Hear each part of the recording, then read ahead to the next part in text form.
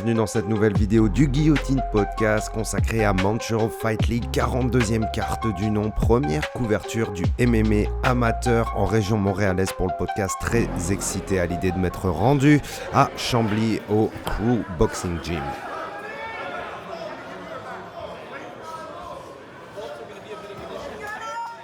Bien aimé le combat de la pointe de chez TriStar Rivnor, très agressif au niveau du striking, bien avancé sur son adversaire, un combat sur le pied avant avec beaucoup d'agressivité au niveau des points, variation au niveau des niveaux, belles amenées au sol, beau contrôle positionnel, MMA assez complet, agréable à regarder. Double jab pour préparer la main arrière.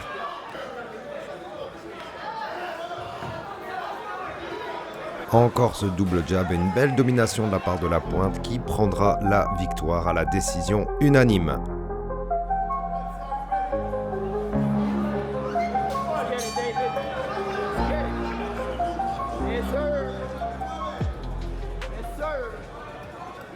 Découverte et même coup de cœur de la soirée avec Rodriguez en short blanc qui affrontait Delgado, super combat de la part des deux combattants, mais très très beau striking de la part du Mexicain.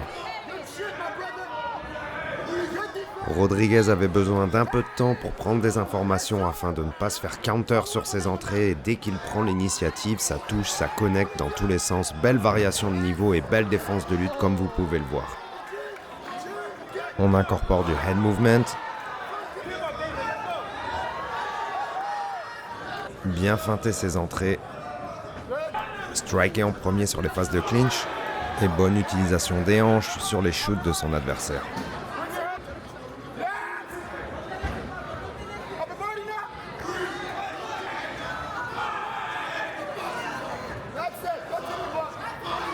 L'importance de créer des angles pour trouver des ouvertures, ça marche super bien.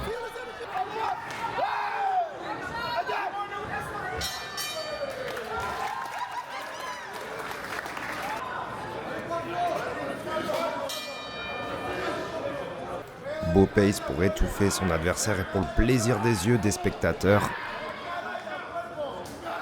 Le rythme commence à être compliqué à gérer pour Folgado. Et Folgado a le mérite d'aller chercher des solutions, s'adapter à une mauvaise situation, aller lutter son adversaire, chercher un double leg, mais Rodriguez sait bien défendre la lutte. Rodriguez brise son adversaire en allant chercher ses coups au corps. Folgado se retranche dans une garde très haute, plus passive, vraiment défensif.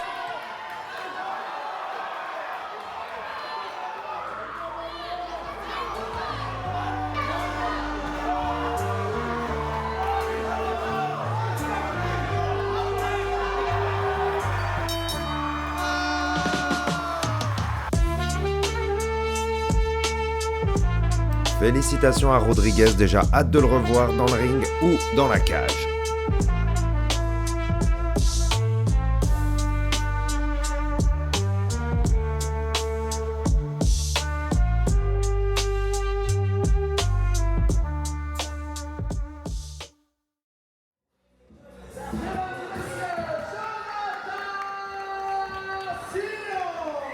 Montreal Fight League, c'est aussi une ligue multidiscipline avec du grappling, du K1, du Muay Thai et du MMA.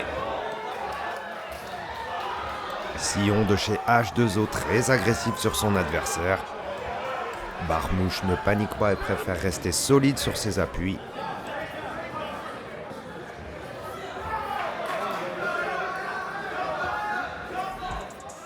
Le corner de Sion plus que familier avec Richard Ho et Neil Dweezy.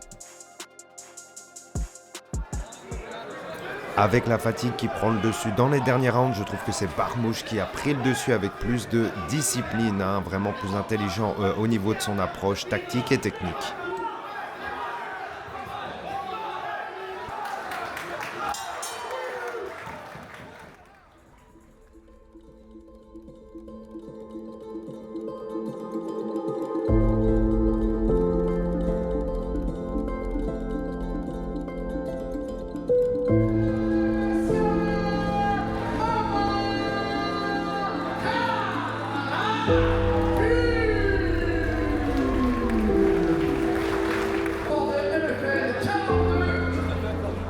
Karaki face à Darman. Hâte de voir ce que donne Omar en MMA que j'ai pu voir en K1.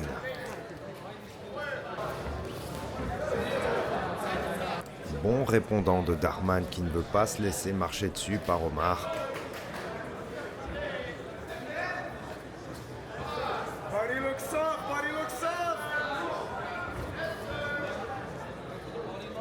Renversement assez facile d'Omar avec un petit genou au passage. Darman qui tient le bodylock à une position très favorable contre les cordes en lutte, mais Omar parvient à bien s'en sortir et on se sépare à nouveau. Omar commence à travailler le corps, on varie les niveaux. Darman toujours bien dans le combat répond avec un 1-2. Et Omar toujours généreux dans les combinaisons. Superbe mid-kick au foie qui sonnera le début de la fin pour Darman.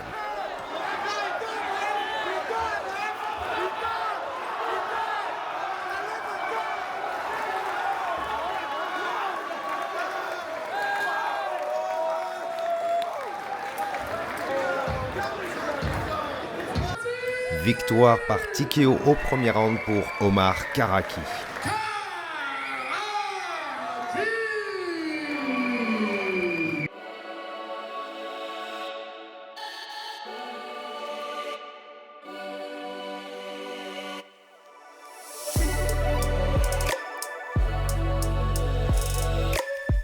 Et premier combat pour la ceinture entre Reda Drev de chez H2O et Nick Falcao de chez TriStar West Island.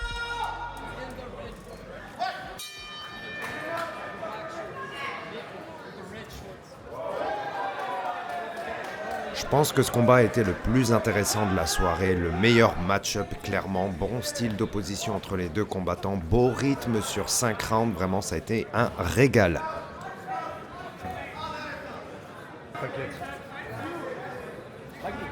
Reda utilise de bonnes feintes de hanches pour préparer ses entrées. Il veut dicter son pace au niveau du striking dans ce premier round. En meilleure gestion de la distance, il passera de beaux calf kicks.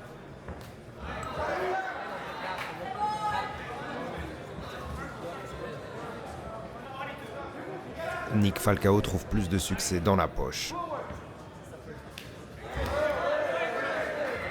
Encore ce calf kick. Et Falcao enclenchera sur la première phase de lutte de ce combat.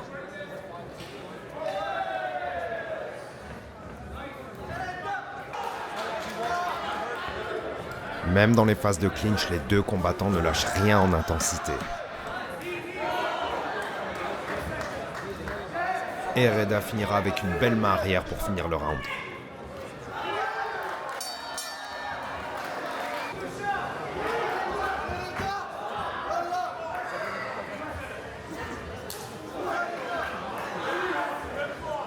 Dès le deuxième round, Falcao essaiera de mettre son game plan en marche. J'insiste beaucoup sur cette phase de lutte car vous verrez une séquence qui se répétera plusieurs reprises et qui sera probablement une des clés de la victoire, c'est ce takedown. Vous verrez à ce moment précis la première tentative de Falcao échouée. Reda en profite pour scorer en stand-up. Et toujours et encore ses calf kicks.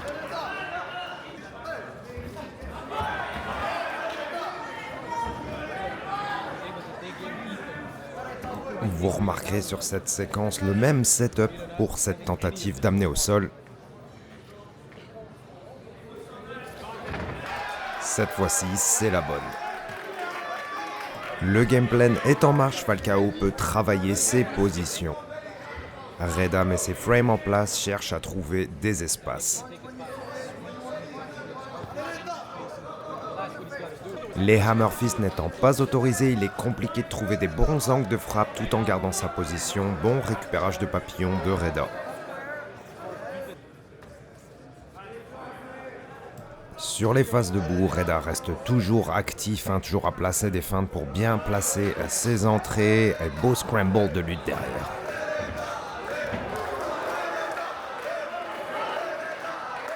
Mais Falcao sait aussi bien préparer ses entrées en allant avec du striking pour pousser contre les cordes et préparer ses shoots. Reda insiste sur du striking au corps et ne veut surtout pas aller au clinch, se débarrasser de la lutte. Et toujours ses calf kicks. Nick Falcao aime rusher la lutte sur les débuts de round. Menace Reda avec ce body lock. Et toujours ce même setup préparé avec quelques genoux à l'avance, superbe, il l'aura passé une paire de fois pendant ce combat.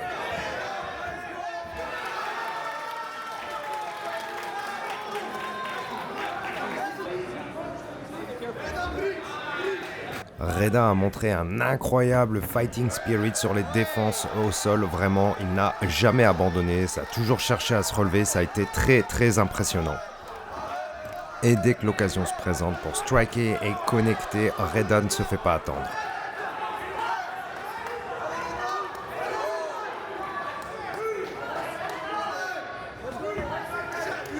Et dès que Reda traîne trop contre les cordes, évidemment, Nick Falcao va chercher la lutte.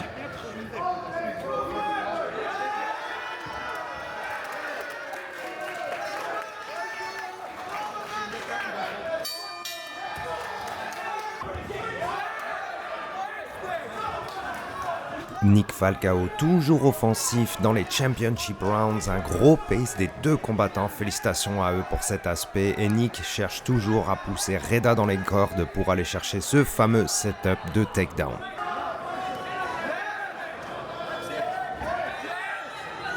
Et ça passe encore parfaitement.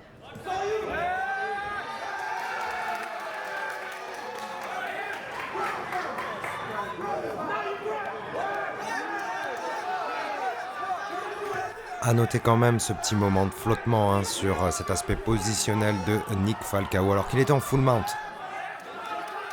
Phase compliquée tout de même pour Reda qui prend des coups dans la tortue et qui se fait prendre le dos par la suite.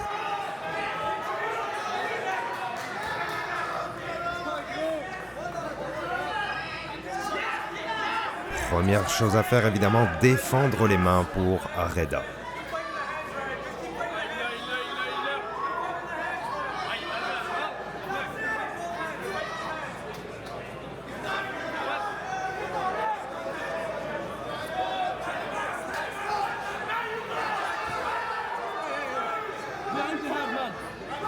MMA dans le ring égale évidemment problème avec les cordes de temps en temps, situation qu'on verra à plusieurs reprises dans la soirée et vraiment bien gérée de la part des arbitres pour repositionner les deux combattants au centre du ring. A noter encore une fois Nick Falcao qui perd la position full mount, Reda ne se laisse absolument pas faire, est vraiment un dog quand il s'agit de se relever.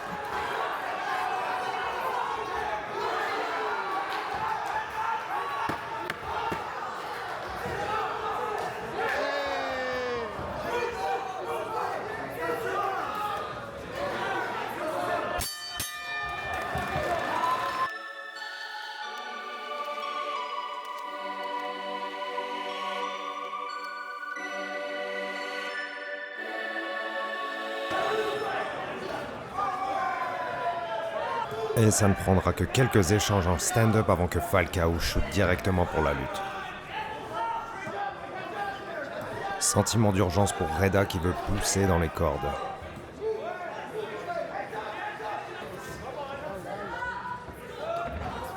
Superbe main avant. Beau head movement.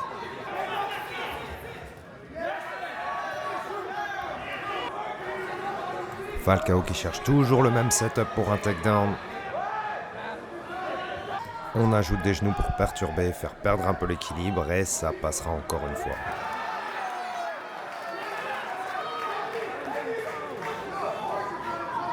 Mais Reda qui a toujours l'énergie pour bridger, toujours l'envie du fighter d'aller chercher une potentielle victoire. Nick parvient à récupérer dans le process qui pourrait s'apparenter à une espèce de reverse triangle.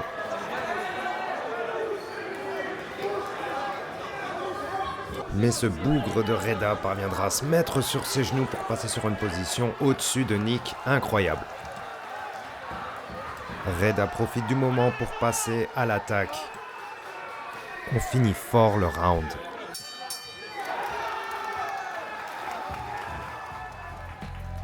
Bravo aux deux hommes pour cette confrontation excellente. Vraiment, j'ai pris un gros plaisir à regarder ce combat. Beaucoup de back and forth. C'est vraiment un super esprit de la part des deux combattants. Félicitations aux deux.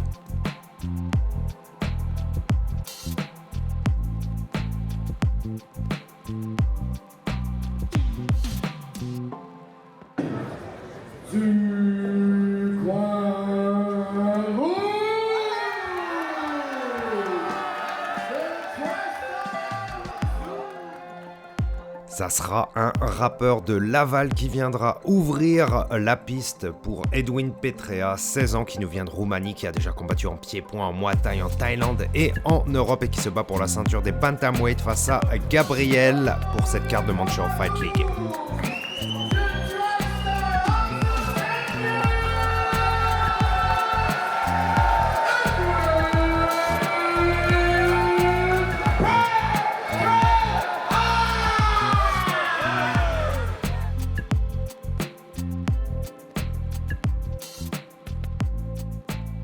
Alors beaucoup d'histoires de mismatch-up circulent autour des combats de Edwin. On va vérifier si ce soir justement on a eu plus d'opposition en face.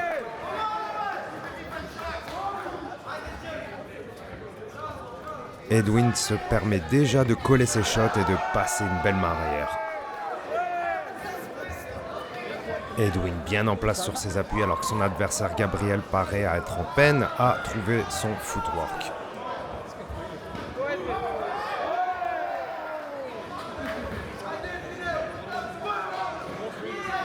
Et Edwin frame bien sur sa défense de lutte pour même passer sur une phase offensive au sol.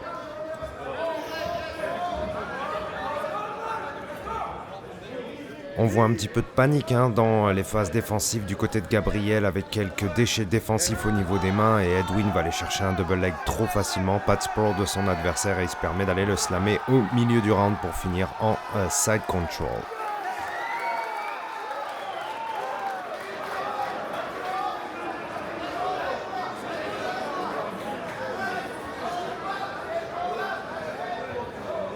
Gabriel essaie de bridger comme il peut et en prend une au passage.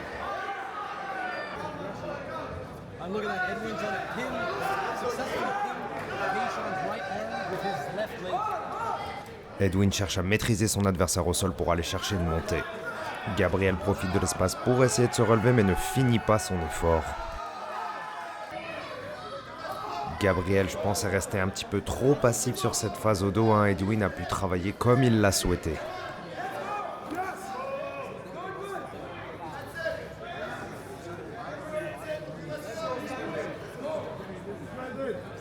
Bonne décision de la part d'Edwin.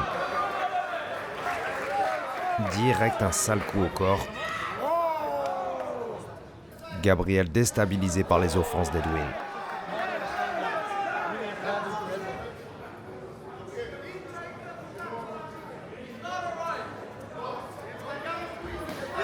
Encore ce maudit coup au corps qui envoie Gabriel au tapis et Franco arrête le combat et la raison, ça allait dans un seul sens.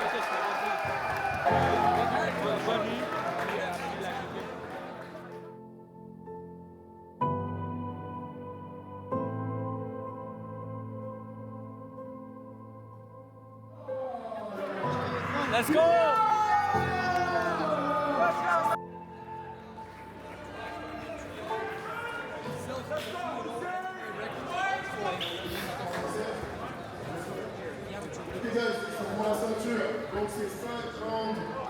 Entendu beaucoup de bonnes choses sur Hussein El Jamal, le combattant de chez TriStar.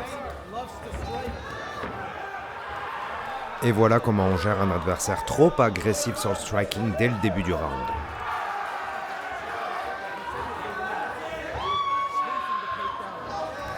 Hussein a su utiliser à bon point son body lock face à son adversaire. Vous remarquerez à plusieurs reprises dans ce combat que Gosselin essaie de rubber ses doigts dans la face d'Hussein. Pendant que Gosselin ouvre sa garde pour chercher des solutions, Hussein va chercher un full mount très efficace.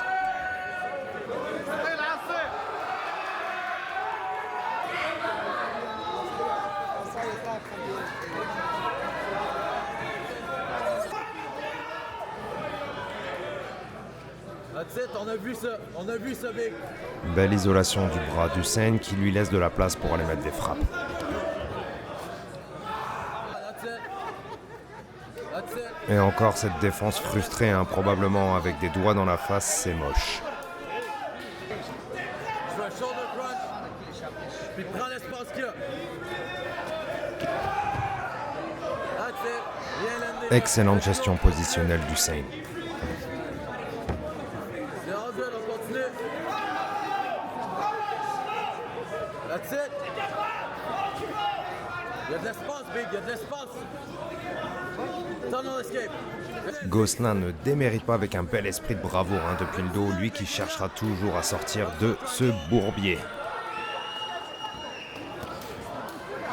Hussein en confiance se sent créatif en fin de round et va chercher une superbe attaque d'armbar. Hein. Alors compliqué de contrôler le pouce de son adversaire pour pouvoir finir, mais c'était superbe et belle défense de son adversaire qui ne lâchera rien.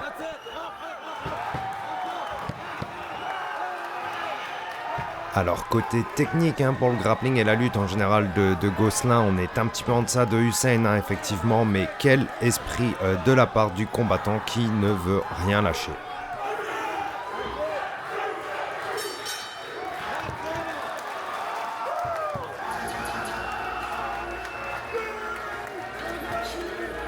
Le plan reste le même hein, pour Hussein à continuer à faire parler sa lutte et puis travailler ses positions au sol pour pouvoir placer quelques frappes et potentiellement aller chercher des attaques de soumission. Gosselin passera la plupart du combat sur son dos à la défensive. Hussein qui prend un malin plaisir à travailler au-dessus de son adversaire, posturé pour aller placer des frappes, surtout ne pas perdre la position.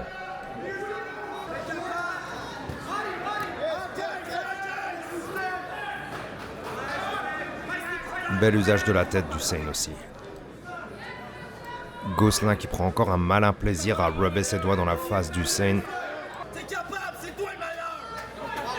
C'est le seul qui parle avec toi! Ouais, Mathéo! Un round de plus dans la poche pour El Jamal. Gosselin ne démérite pas et cherche toujours des solutions et va même aller chercher de la lutte contre un excellent grappleur.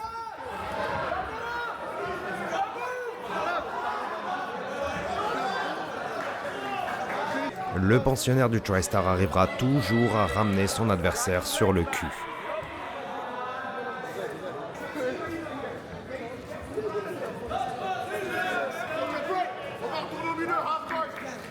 Attention, ça va aller très vite.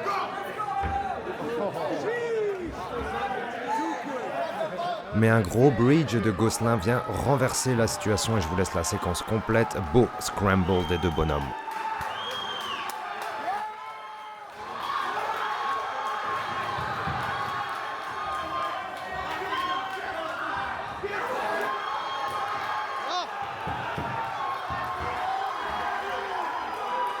Bonne activité de Gosselin au-dessus de Jamal, mais Hussein est très confortable dans la tortue et confortable à wrestle up par la suite.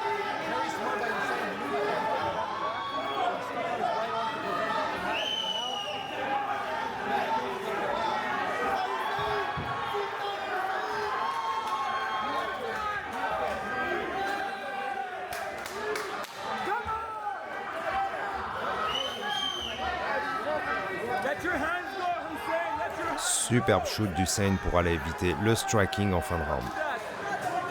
That works too.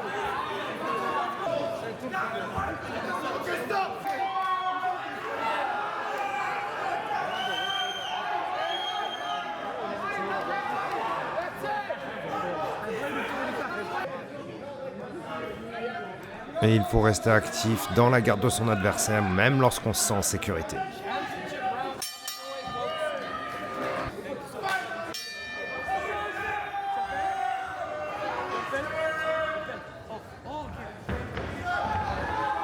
Hussein va chercher le double underhook pour aller pousser son adversaire contre les cordes et aller chercher ce fameux takedown que vous avez vu une paire de fois dans la soirée. Made in TriStar.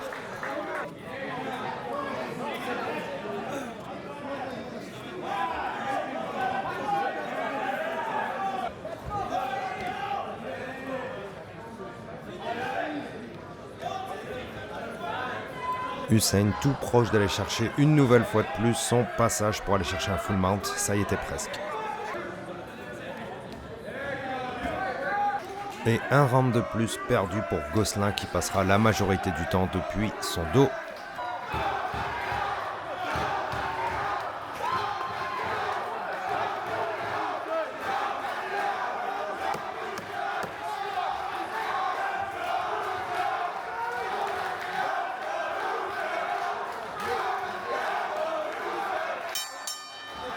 Gosselin est obligé de rusher dans ce dernier round pour aller chercher un potentiel finish qui lui donnerait la ceinture. C'est la seule solution pour lui. Il est trop loin derrière au scorecard, mais Hussein est toujours vigilant et toujours aussi efficace dans ses amenées au sol.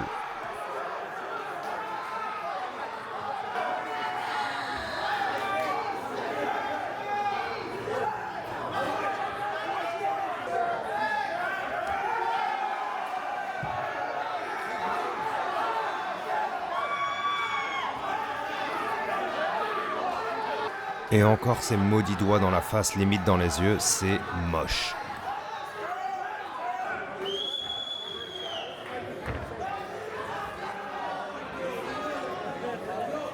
Dernière seconde et Hail Mary, tentative de buggy choke pour Gosselin, ça ne donnera rien et Hussein prendra la ceinture 50-45 pour le pensionnaire de TriStar, félicitations à lui.